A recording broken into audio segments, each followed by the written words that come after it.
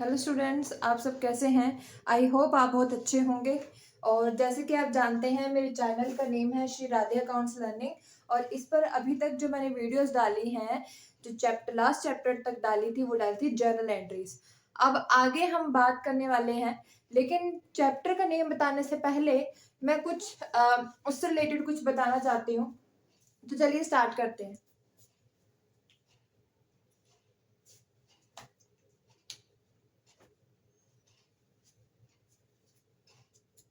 देखो, पहले आपको पता था कि जीएसटी आने से पहले जो है हमारे कई सारे टैक्सेस होते थे। ठीक है, वो क्या क्या होते थे? देखो, VAT, excise duty, entertainment tax,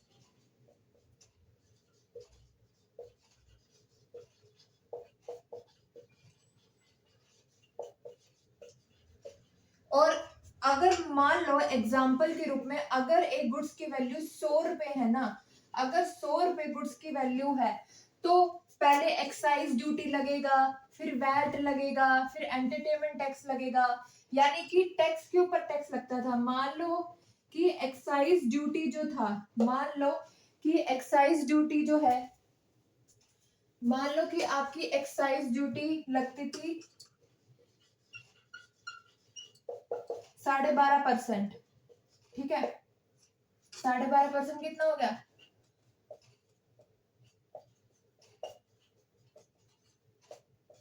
यानी कि 12.5।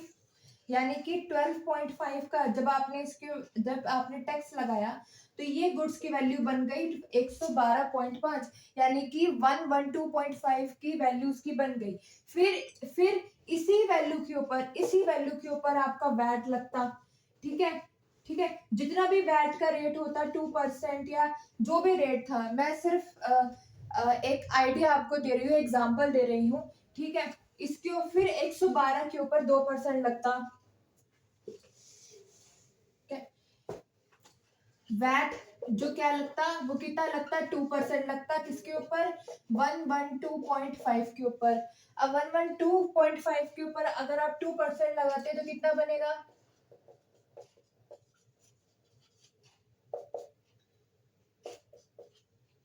ये जगह 2 5 10, 2 2 4 5, 2 1 2, 2 1 2, 1 2 3,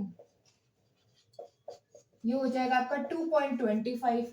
2 तो इसका मतलब आप देख रहे हो, अब ये कितने की वैल्यू हो गई?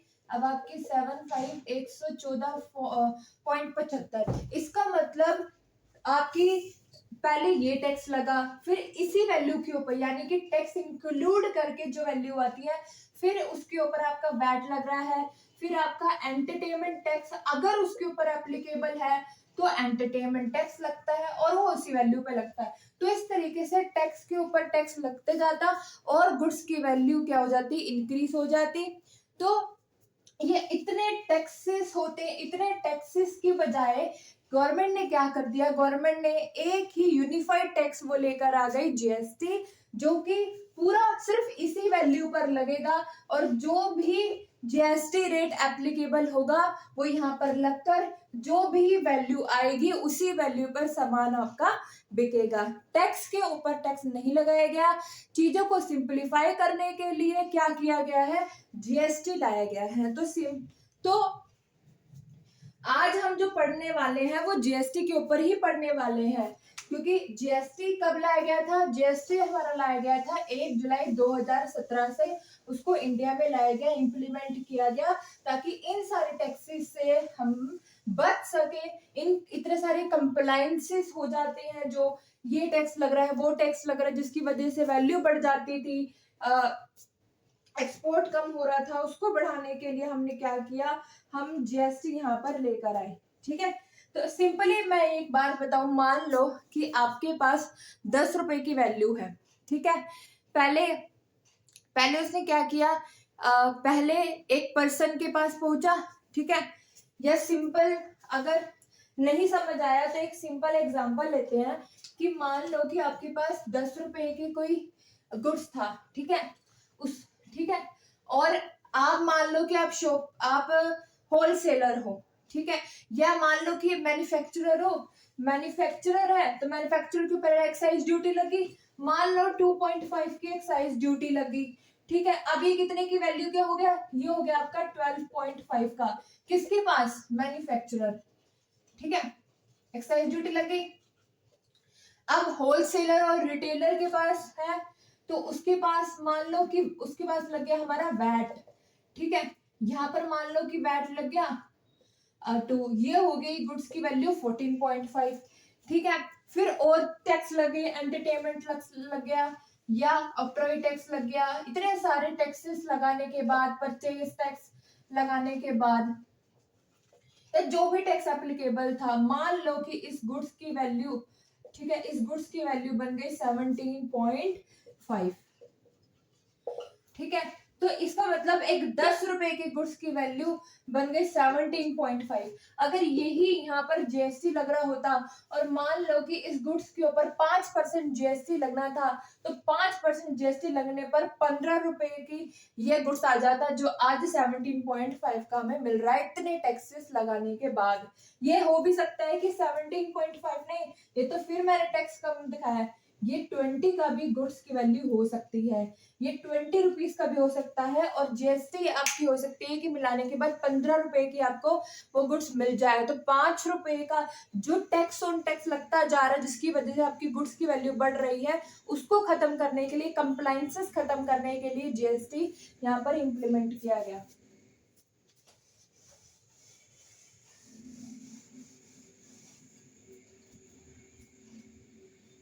तो जीएसटी जो तो अब हम स्टार्ट करने वाले हैं जीएसटी के ऊपर बात। जीएसटी को के बारे में स्टार्ट करने से पहले उसको क्यों लाया गया ये मैंने आपको बता दिया है, ताकि चीजें यूनिफाई करना, बर्डन को कम करने के लिए, कंप्लायंसेस को कम करने के लिए, ठीक है।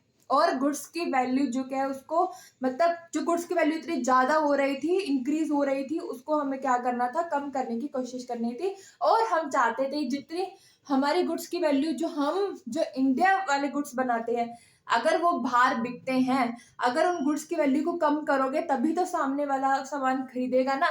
तो इसीलिए गुड्स की वैल्यू को कम करने के लिए भी ये लाया गया, ताकि ज्यादा से ज्यादा एक्सपोर्ट हमारा हो सके। देखो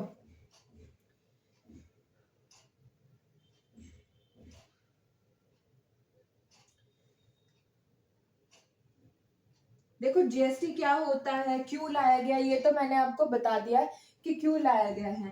अब बात करते हैं जीएसटी के टाइप्स की। अब बात करते हैं जीएसटी के टाइप्स की, कि जीएसटी में कितने टाइप्स होते हैं, ठीक है। जीएसटी में 3 टाइप्स हैं, सीजीएसटी, एसजीएसटी और आईजीएसटी। सीजीएसटी का पूरा नेम क्या है, सीजीएसटी का पूरा नेम है central goods and service tax, central goods and service tax, ठीक है। एसजीएसटी का पूरा नाम क्या है, state goods and service tax,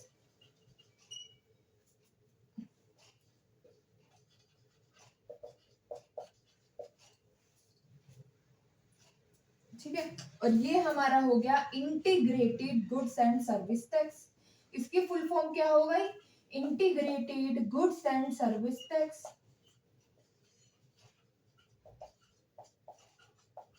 तो ये इसकी फुल फॉर्म है तीनों की, central goods and service tax, state goods and service tax, integrated goods and service tax, ठीक है।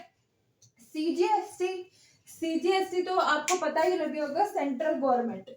सीजीएसटी कौन कलेक्ट करता है, सेंट्रल गवर्नमेंट सीजीएसटी कलेक्ट करती है। कौन कलेक्ट करता है, सेंट्रल गवर्नमेंट सीजीएसटी हमारी कलेक्ट करती है, ठीक है। और देखो सिंपल सा मैं आपको बता देती हूँ कि कब जीएसटी, एसजीएसटी और integrated goods and service tax हमारा लगता है, ठीक है। देखो अगर मान लो कि आप स्टेट में, हरियाणा स्टेट में आप रहते हो, ठीक है, और आपने जो सामान बेचा, जो आपने सप्लाई की है, जिस स्टेट में सप्लाई की है वो भी हरियाणा के अंडर आती है, वो भी हरियाणा के अंडर आती है। मतलब सेलर, बायर, ठीक है।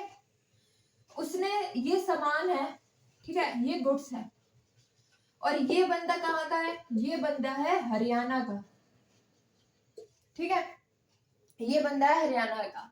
अब उसने क्या किया, उसने क्या किया, इन गुड्स को सप्लाई किया, उसने क्या किया, इन गुड्स को क्या किया, सप्लाई किया। कहाँ किया, बायर को किया।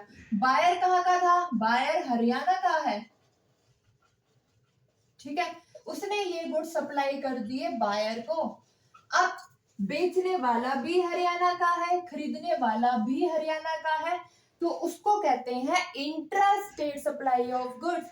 मतलब when goods are supplied within the state, when goods are supplied within the state, then it is called intrastate supply. Or when there is an intrastate supply of goods, we will collect CGST and SGST. तो वहां पर जब भी goods की supply with in state होती है, तब वहां पर हमारी सीजीएसटी और एसजीएसटी कलेक्ट होती है, central goods and service tax and state goods and service tax. मतलब हाफ हाफ, अगर 5% का रेट है उस गुड्स के ऊपर एप्लीकेबल, जो जीएसटी रेट है वो 5% का है, तो सीजीएसटी में कलेक्शन होगी 2.5% यानी 2.5, और एसजीएसटी में कलेक्शन होगी 2.5। एसजीएसटी को स्टेट गवर्नमेंट कलेक्ट करता है और सीजीएसटी को सेंट्रल गवर्नमेंट कलेक्ट करता है, ठीक है।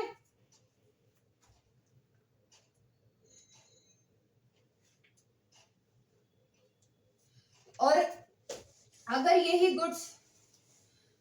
यही गुड्स मान लो कि आप हरियाणा के हो, यानी कि सेलर बेचने वाला हरियाणा का है, और जिसने सामान खरीदा वो कहाँ का है, वो है मान लो राजस्थान का, वो है राजस्थान का, यानी कि स्टेट तो चेंज हो गया मैम, स्टेट तो चेंज हो गया।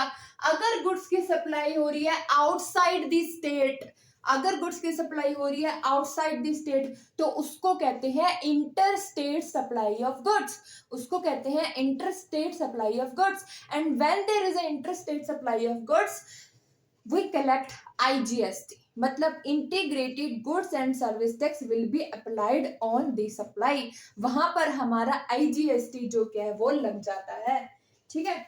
यहाँ पर हमारा क्या लगेगा, यहाँ पर हमारा लगेगा, यहाँ पर हमारा IGST अप्लाइड हो जाएगा, ठीक है। तो अगर मैं समराइज करूं तो क्या निकल कर आता है कि इंट्रास्टेट, कौन सा state, intrastate supply. Intrastate supply का मतलब होता है इंट्रा यानी कि विद इन, इंट्रा मतलब विद इन, इंट्रास्टेट सप्लाई को कहते हैं with in the state supply, intrastate supply को कहते हैं with in the state supply,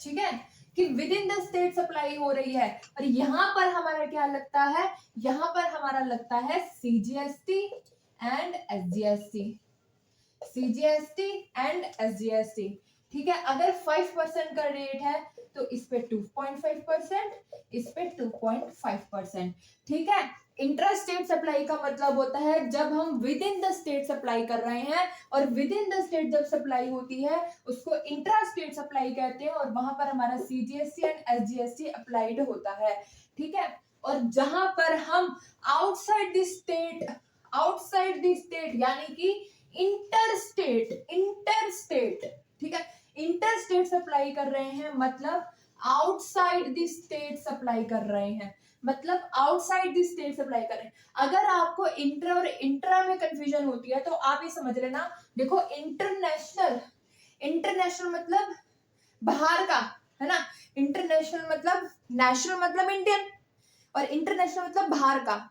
तो इंटर मतलब बाहर का, यहाँ पर बाहर का मतलब आउटसाइड दी स्टेट, यहाँ पर बाहर का मतलब आउटसाइड दी स्टेट, और इंट्रा मतलब जो उल्टा हो गया उसका, यानी कि within the state, intra मतलब within the state. Inter से समझो इंटरनेशनल, इंटरनेशनल मतलब नेशनल मतलब इंडियन, और इंटरनेशनल मतलब इंडियन से बाहर यानी आउटसाइड द स्टेट, और इंट्रा क्या हो गया, विद इन द स्टेट, ठीक है। तो सिंपल याद हो जाएगा। और अगर इंटर स्टेट है तो आउटसाइड द स्टेट सप्लाई होगा, और वहां पर हमारा क्या लग जाएगा, वहां पर हमारा IGST अप्लाइड हो जाएगा, वहां पर हमारा IGST अप्लाइड हो जाएगा।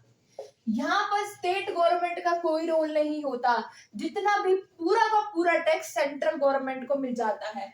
पूरा का पूरा टैक्स यहाँ पर अगर 5% है तो 5% सेंट्रल गवर्नमेंट को यहाँ पर मिल जाएगा। पूरा 5 का 5 यहाँ पर स्टेट गवर्नमेंट को टैक्स नहीं मिलेगा। ठीक है,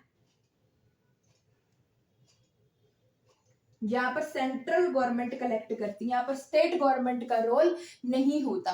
ठीक है, जब विद इन द स्टेट होता है तब स्टेट गवर्नमेंट का यहाँ पर रोल होता है। ठीक है, अब आपको IGST, CGST और SGST आई होप समझ आ गया हो।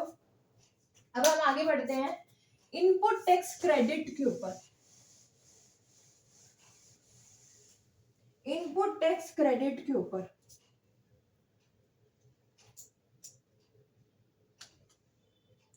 Input tax credit, input tax credit. देखो ये चैप्टर देखने से पहले मेरी पुरानी वीडियोस जो हैं, journal entries, basic accounting terms, process and bases of accounting, उनको प्लीज जरूर देखना, तब जाके आपको ये GST का टॉपिक काफी हद तक चीजें समझ आ जाएंगी।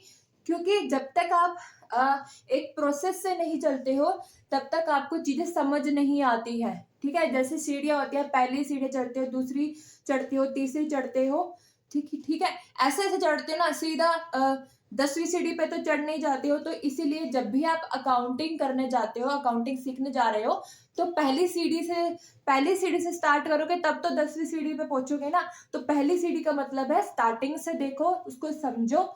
ठीक है, फिर जाके इस टॉपिक पे आना। ठीक है, और इसी चैनल पर मैंने जो क्या है क्लास 11th की टॉपिक वाइज जो क्या है, मैंने जो भी चैप्टर वाइज यहाँ पर चैप्टर वाइज हर एक चैप्टर 1 चैप्टर 2 के हिसाब से वीडियोस दे रखी है, आप उसको पहले देखो फिर आप इस पे आ सकते हो।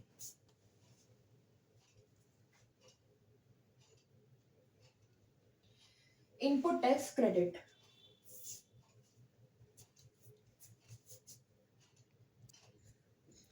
इनपुट टैक्स क्रेडिट के ऊपर हम बात कर रहे थे। इनपुट टैक्स क्रेडिट का मतलब क्या होता है? ठीक है, जैसे मान लो कि आपने परचेज किया सामान। ठीक है, और परचेज किया सामान, जैसे मैं आपको एग्जांपल देती हूँ। ठीक है, मान लो कि आपने गुड्स परचेज किया, ठीक है,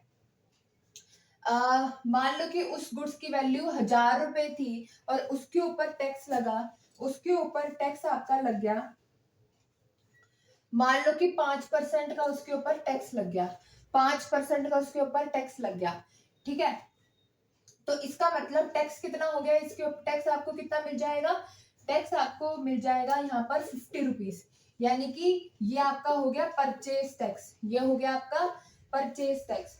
ठीक है, परचेज टैक्स आपको मिल गया यहाँ पर, यानी परचेज के ऊपर आपने टैक्स पे किया होगा।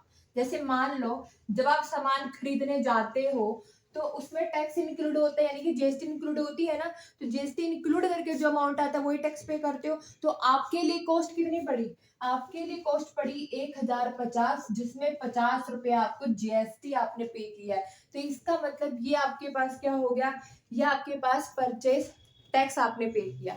ठीक है, मान लो कि आप सेलर मतलब आप बिजनेसमैन हो, तो आपने जब सामान खरीदा तो आपने 50 का GST पे कर दिया, आपने क्या किया 50 का GST पे कर दिया। ठीक है, मैं यहाँ लिख देती हूँ साइड में कि परचेज पर आपने 50 का यहाँ पर GST पे कर दिया। ठीक है, ये पे कर दिया। अब जब आप सेल कर रहे हो, ठीक है, जब आप सेल कर रहे हो, मान लो कि आपने सेल की 1500 की या फिर 2000 की मान लो। ठीक है, मान लो कि आपने जो सेल की है, आपने सेल की 2000 की, आपने सेल की 2000 की और उसके ऊपर 5% का GST पे करना है। क्योंकि जब आप सेल कर रहे होते हो ना, सेल करनी है तो आपको क्या कर, देखो परचेज करते वक्त आप पे करते हो। ठीक है, लेकिन सेल करते वक्त तो आपको कलेक्ट करना होता है। मतलब क्या, जैसे मान लो आप दुकान पर गए और आप जब सामान खरीदते हो तो आप जीएसटी पे करते हो। कौन जीएसटी लेता है? पैसे पूरे कौन लेता है आपसे? वो शॉपकीपर जिसने आपको सामान बेचा, मतलब जिसने सेल की वो आपसे कलेक्ट कर रहा है, वो जीएसटी कलेक्ट कर रहा है आपसे। तो सेल करते वक्त वो क्या करेगा? जीएसटी कलेक्ट करेगा। ठीक है, सेल करते वक्त वो क्या करेगा? जीएसटी कलेक्ट करेगा।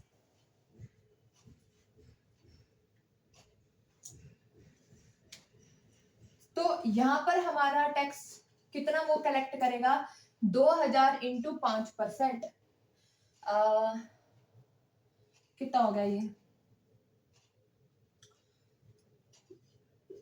100 रुपए, यानी कि 100 रुपए का टैक्स वो जीएसटी से कलेक्ट करेगा। 100 रुपए का टैक्स वो कलेक्ट कर रहा है। देखो, जो वो टैक्स कलेक्ट करता है वो अपने पास नहीं रखता, क्योंकि टैक्स लेना किसका अधिकार होता है? गवर्नमेंट का। टैक्स किसको जमा करवाना पड़ता है? गवर्नमेंट को। वो अपने पास नहीं रखता, उसको गवर्नमेंट को आगे जमा करवाना होता है। वो आपके बदले में जमा करवा रहा होता है, वो आपके बदले में जमा करवा रहा होता है। जब आप सामान खरीदने जाते हो तो आप पूरा पैसा दे देते हो, उसमें जीएसटी भी होती है। सामने वाला आपसे जीएसटी कलेक्ट करता है, उसका सिर्फ इतने पैसे पर राइट होता है 2000 के ऊपर, सिर्फ 2000 के ऊपर लेने का उसका राइट होता है। बाकी जो 100 रुपए है वो उसको आगे गवर्नमेंट को जमा करवाना होता है, वो उसको गवर्नमेंट को जमा करवाना होता है। इसका मतलब ये है कि इस 100 में से इस 100 का उसने टैक्स है वो उसको गवर्नमेंट को देना पड़ेगा। इसका मतलब उसके ऊपर बर्डन बन गया, उसके ऊपर एक तरीके से लायबिलिटी बन गई कि उसको आगे क्या करना है? जमा करवाना है, उसको आगे जमा करवाना है। ठीक है, इसका मतलब ये क्या हो गया? उसके लिए लायबिलिटी होगी, उसको जमा करवाना है, गवर्नमेंट को पे करना है, डिपॉजिट करना है।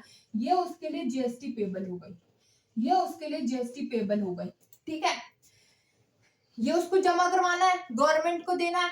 लेकिन इसमें से जो जमा करवाना है 100 रुपए का, इसमें से इतना पैसा तो वो ऑलरेडी गवर्नमेंट को दे चुका है, इसमें से तो ऑलरेडी वो गवर्नमेंट को दे चुका है। जब उसने ये सामान जब खरीदा और अब उसको बेच रहा है, जब उसने खरीदा था तब उसने ये जीएसटी तो पे कर ही दी थी।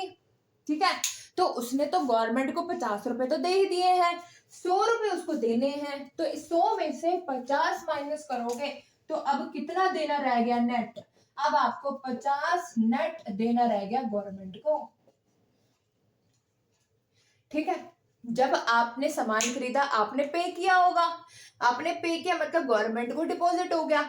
अब जब आप सामान बेच रहे हो तो आप जीएसटी कलेक्ट करते हो, अब आपकी ड्यूटी बनती है जीएसटी को देने, गवर्नमेंट को देने की।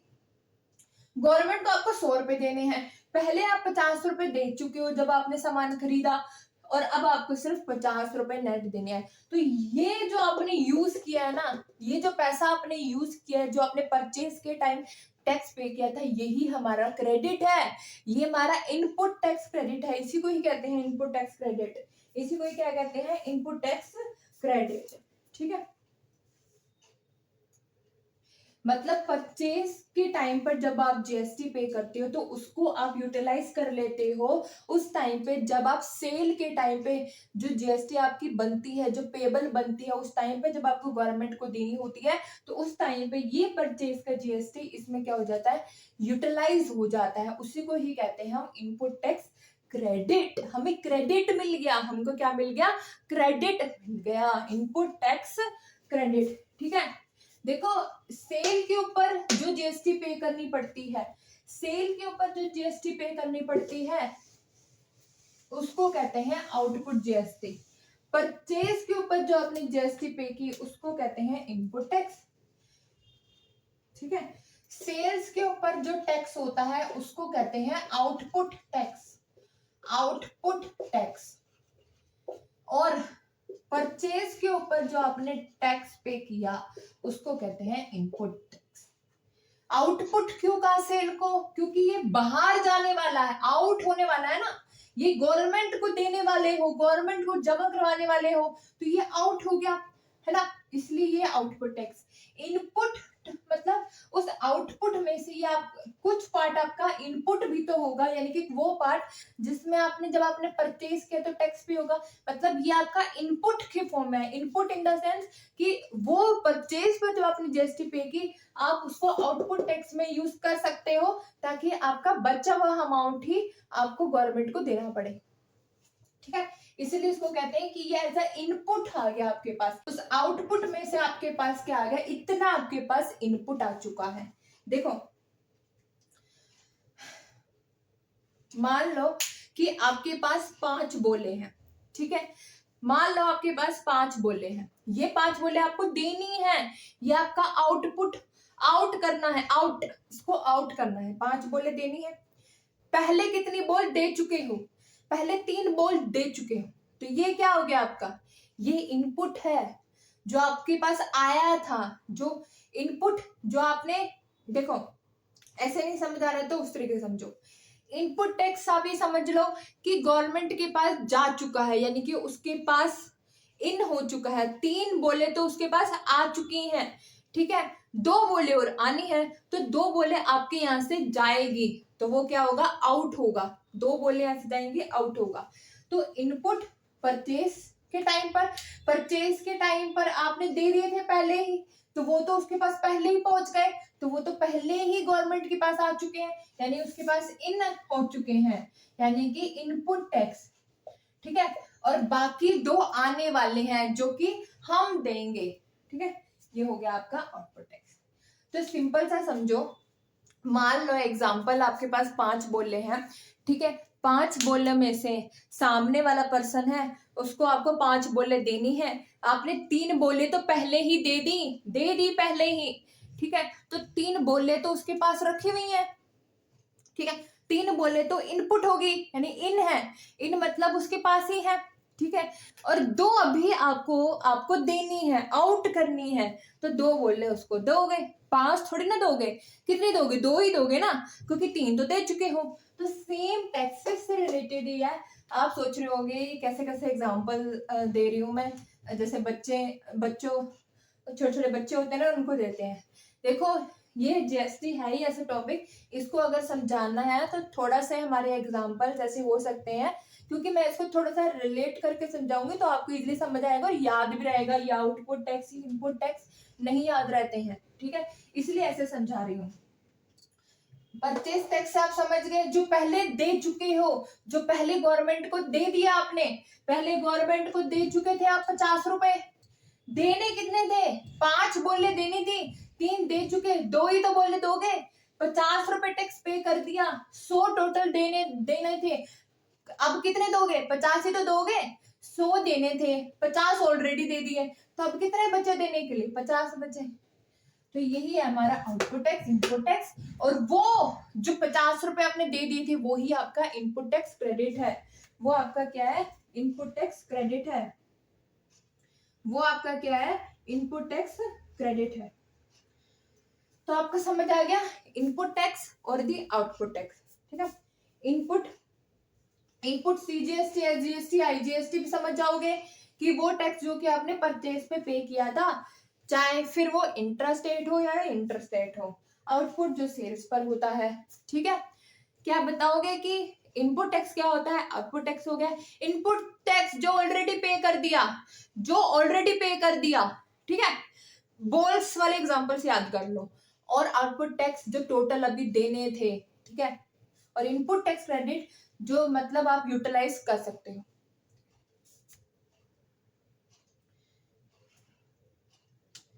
क्या इसकी कोई 1-2 जर्नल एंट्री कर सकते हैं, छोटी छोटी जर्नल एंट्री करेंगे ताकि आपको भी थोड़ा सा प्रैक्टिकल रिलेशन इसमें मिल जाए, ठीक है। मान लो कि आपने गुड्स परचेज किए, गुड्स परचेज किए 10,000 के 18%,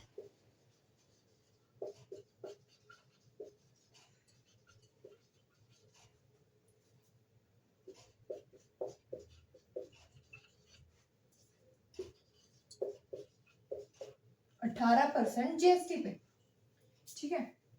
देखो अब यहाँ पर कुछ नहीं लिखा विद इन द स्टेट के, आउटसाइड द स्टेट के, तो आप मान लेना कि विद इन द स्टेट ही हुआ है, और जब विद इन द स्टेट होता है तो क्या लगता है, with in the state, with in the intra state supply of goods, और उस केस में लगता है सीजीएसटी और एसजीएसटी। परचेज के 10,000 का 18% यानी कि 1800, यानी कि 1800 का आपका क्या हो गया, जीएसटी हो गया। और यहाँ पर विद इन द स्टेट है, सीजीएसटी और एसजीएसटी लगेगा, तो सीजीएसटी में हाफ, एसजीएसटी में हाफ, तो 18% टोटल है, तो 9% सी का और 9% एस का। ठीक है, तो क्या एंट्री हो गई, purchase account debit, purchase account debit कितने से, 10,000 से, कितने से, 10,000 से। इनपुट, इनपुट हुआ नहीं है क्योंकि आपने परचेज किया है ना, input CGST account debit, input CGST. देखो थोड़ा सा स्पेस की कमी है तो इसको मैं हटा रही हूं,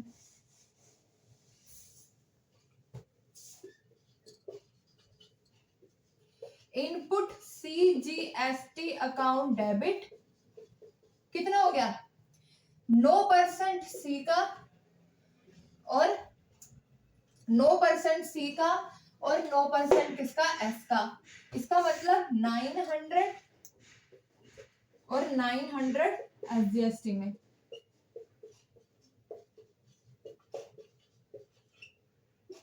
और किससे खरीदा, देखो अगर कुछ ना लिखा हो, अगर कुछ ना लिखा हो कि कैसे खरीदा है आपने, तो क्या मानोगे, अगर कुछ नहीं दिख रहा कि क्या लिखा हुआ है, कि मतलब कि हमने पढ़ा था कि अगर कुछ ना बताए तो हम मान लेते हैं कि हमने कैश में खरीदा है, हमने किस में खरीदा है, कैश में इसको खरीदा है, 900 900 1800, तो ये हो गया आपका 11,800 का टोटल वैल्यू, 11,800 के गुड्स की वैल्यू आपकी बन जाएगी।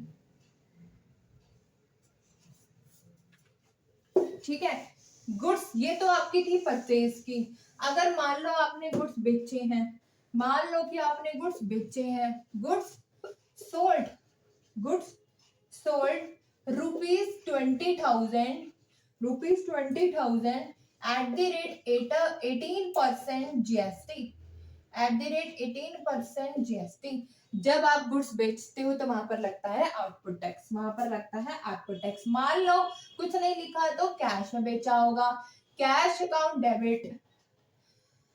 अभी मैं यहाँ पर कोई वैल्यू नहीं लिख रही, देखो आपने क्या किया है, सेल्स किया है। जब रिवेन्यू होती है, रिवेन्यू जब बढ़ती है तो उसको करते हैं क्रेडिट। सेल्स अकाउंट कितने, सेल्स हो गई 20,000 की, सेल्स हो गई 20,000 की। और देखो आप कहोगे मैम यहाँ क्यों नहीं लिखा, देखो जब आप मान लो सेलर हो तो आपको जीएसटी इंक्लूड करके पैसे मिलेंगे ना, तो यहाँ पर जीएसटी इंक्लूड करके तो लिखोगे। अभी हम जब कैलकुलेट करेंगे कि जीएसटी इंक्लूड करके क्या वैल्यू आएगी, तब मैं यहाँ पर लिखूंगी, इसलिए मैंने अभी इसको छोड़ दिया। लेकिन आपका कितने के ऊपर राइट है, आपका तो सिर्फ 20,000 के ऊपर राइट है, बाकी तो पार्ट 18% गवर्नमेंट का है जो आपको देना है। इसीलिए हम सेल्स के अंदर जीएसटी इंक्लूड नहीं करेंगे, अलग से लिखेंगे आउटपुट सीजीएसटी, आउटपुट सीजीएसटी और आउटपुट एसजीएसटी अकाउंट। ठीक है, और यहाँ पर आपका 18% आ जाएगा, 3600, 3600 को हाफ ऑफ डिवाइड कर दो, 1800, 1800, और ये टोटल जो आपको पैसे मिलेंगे 23,600 मिलेंगे, जिसपे 20,000 के ऊपर तो आपका राइट है, बाकी 1800 1800 आपको गवर्नमेंट को जमा करवाने हैं। ठीक है, अब देखो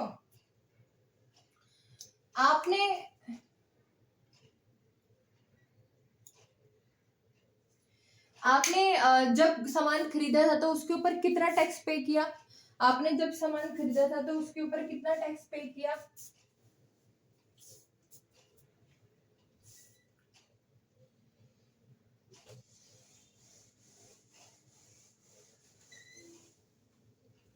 देखो जब आपने सामान खरीदा था, परचेज किया था, तब आपने वहां पर टैक्स पे किया था टोटल 1800 का, जिसमें सी और एस का 900 और 900 था। अब ये परचेज के टाइम पर था, सेल्स के टाइम पर हमारा बना था 3600 का, जिसमें 1800 सी का और एस का हो गया 1800। तो अब देखो सी और एस की सेटलमेंट कैसे होगी वो आगे बात करेंगे, लेकिन फिर भी मैं थोड़ा आपको बता देती हूँ कि सी का ये जो आउटपुट टैक्स है ना, वो सी अपने से ही लेगा और एस जो क्या है वो अपने से लेगा। ठीक है, मतलब सी एस का यूज नहीं कर सकता इनपुट टैक्स, ठीक है, और ना ही एस जो क्या है वो सी का इनपुट टैक्स यूज कर सकता। दोनों अपने अपने ही इनपुट टैक्स यूज करके जो बचा हुआ अमाउंट है वो जीएसटी पे करेंगे। ठीक है, देखो समझाती हूँ। मान लो कि सीजीएसटी का जो आउटपुट टैक्स है वो मान लो 900 है। ठीक है, सीजीएसटी का जो इनपुट टैक्स है वो मान लो है 700। ठीक है, एसजीएसटी का आउटपुट टैक्स है वो मान लो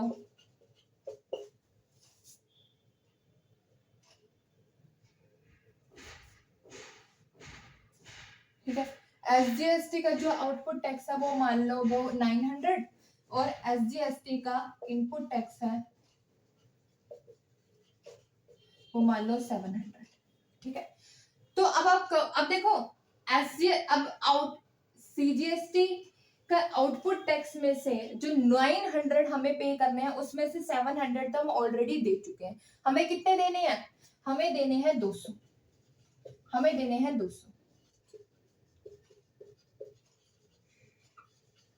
ठीक है, और एसजीएसटी और सीजीएसटी में हमें देने हैं 900, 700 दे चुके हो तो 200 हमारा एसजीएसटी का टैक्स पेबल होगा। ठीक है, तो इस तरीके से यूटिलाइज हो गया। अब कई बार ऐसा भी होता है, अब मान लो कि एसजीएसटी में अभी तो 700 थे। ठीक है, यही मान लो कितने होते, यही मान लो होते 1200, यही होते मान लो कि 1200 हमारे पास एसजीएसटी में इनपुट टैक्स रखा हुआ है। ठीक है, तो हमें देने कितने थे? 900। हम ज्यादा दे चुके हैं, मतलब ये कि हमें 5 बोले देनी थी, हम 8 बोले दे चुके, तो 3 बोल तो वापस कर दो, 3 बोल तो वापस कर दो। 3 आप कहोगे 3 बोल वापस कर दो, तो उसमें क्या होगा, यहाँ पर क्या होता है, अब देखो 900 1200 हमें देने के 900 हम दे चुके हैं, तो इसका मतलब हमारे पास वापस नहीं आएंगे, ये हमारे पास ये रखे रहेंगे, ताकि आगे भी तो भाई सेल्स होगी ना। अब गवर्नमेंट कहती है कि वापस देने से अच्छा जब आप आगे भी तो सेल करोगे तो उसमें इसको एडजस्ट कर लेना। ठीक है, तो यही बात है। अब 1200 बचे थे तो हमें तो कोई देने नहीं है, एसजीएसटी में तो हमारे लिए कोई पेबल ही नहीं बचा। ठीक है, बल्कि 300 ज्यादा बचे पड़े हैं, तो इसका मतलब एसजीएसटी में हमारे पास इनपुट टैक्स रखा हुआ है, ज्यादा रखा हुआ है। ठीक है, एसजीएसटी में हमारे पास इनपुट टैक्स 300 रुपए रखा हुआ है। ठीक है, अब हम कहोगे मैम अगर सीजीएसटी में तो हमारे को देना पड़ रहा है तो हम क्या करते हैं, एसजीएसटी से यूज कर लेते हैं। नहीं कर सकते, चाहे एसजीएसटी में आपके पास पैसे रखे भी हुए हैं ना, तब भी आप सीजीएसटी में के पेबल में उसको यूज नहीं कर सकते, क्योंकि ये दोनों आपस में क्रॉस यूटिलाइजेशन नहीं कर सकते हैं इनपुट टैक्स का। ठीक है, अगर सीजीएसटी में इतना पेबल बन रहा है और आपके पास एसजीएसटी में पैसे रखे हुए हैं, तो आप एसजीएसटी का अमाउंट सीजीएसटी के लिए यूज नहीं कर सकते। ठीक है, यही मुझे बात इसमें बतानी थी। सेम वैसा भी यही है, अगर सीजीएसटी में पैसे रखे होते और एसजीएसटी में देने, आपको एसजीएसटी में पेबल आपका निकलता, तो आप सीजीएसटी को भी यूज नहीं कर सकते थे एसजीएसटी के लिए। अगर आपका पेबल बन रहा है तो आपको देने पड़ेंगे, यूटिलाइजेशन नहीं हो सकते, यानी कि एडजस्टमेंट नहीं हो सकती। आई होप आपको समझ आ गया ये।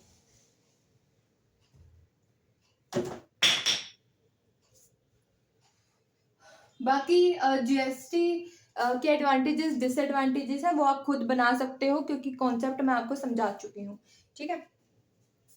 तो जीएसटी के ऊपर आज के लिए इतना ही। आगे मिलेंगे हम नए चैप्टर के साथ, तो ऐसे बने रहिएगा मेरे चैनल के साथ, और इस चैनल को लाइक शेयर एंड सब्सक्राइब करना। और आई होप आपको मेरी ये वीडियोस अच्छी लगती हैं, और अगर अच्छी लगती हैं तो प्लीज़ इसको शेयर करो। Thank you so much.